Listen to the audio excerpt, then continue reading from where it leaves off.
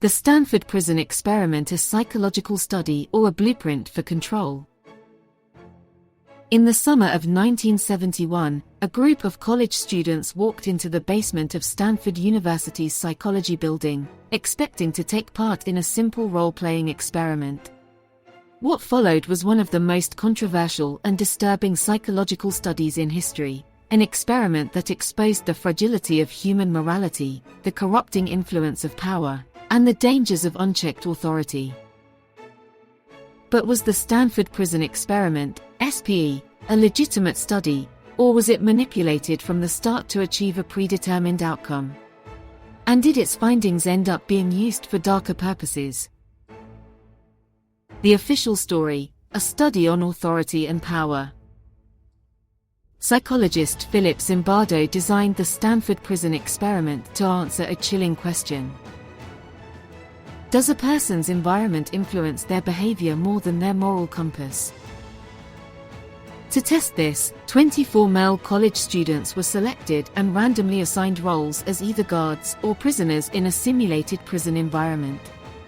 The experiment was meant to last 2 weeks but was shut down after just 6 days because of the extreme psychological and physical abuse that occurred. The results were shocking. The guards quickly became sadistic, humiliating and abusing the prisoners. The prisoners became submissive, some breaking down psychologically.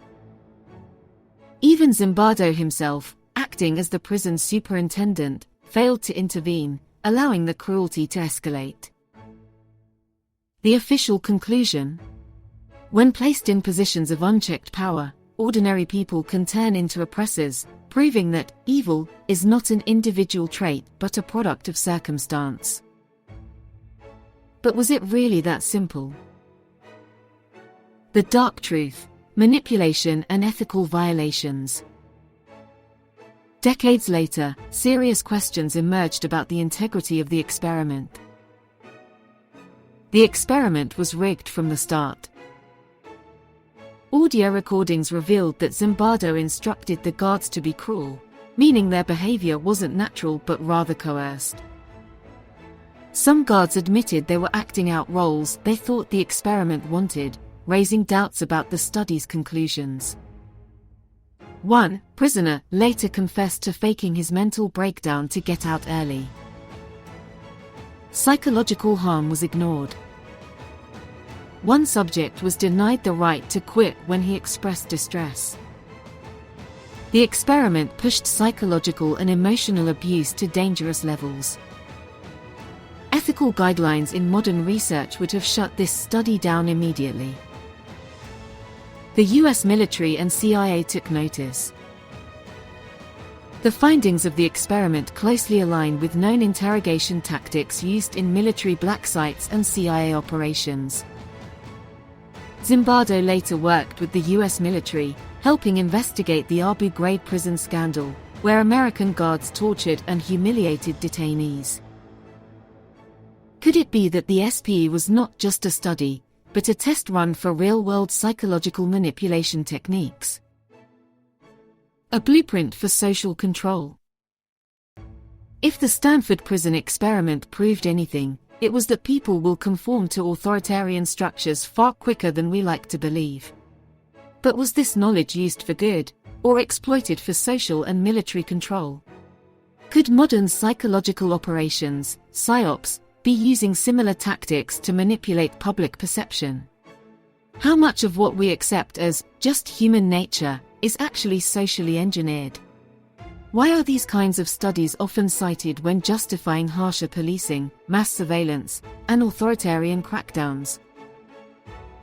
If ordinary college students could turn into cruel enforcers in under a week, what does that say about the police, military, and intelligence agencies who are given unchecked power for years? The aftermath: what they don't want you to question.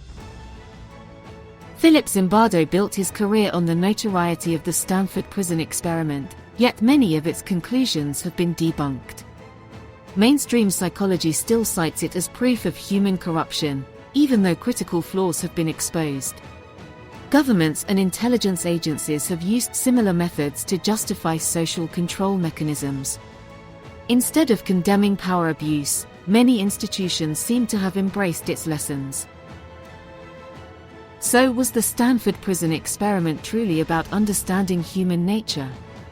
Or was it about testing the limits of control and seeing how far people could be pushed into submission? Final thoughts: a social experiment or a warning? The Stanford prison experiment has long been used to argue that good people can do bad things when given power. But what if it wasn't about proving a hypothesis? What if it was a demonstration of how easily societies can be manipulated into oppression? Was the experiment intentionally orchestrated to produce dramatic results? Why did Zimbardo later collaborate with military and intelligence agencies? And most importantly, how much of what we accept in today's world is being shaped by similar psychological tactics?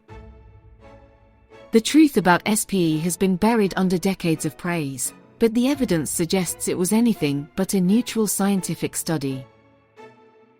Like, follow, or subscribe for more content. Stay informed and question everything, because history shows that those in power rarely tell the whole truth.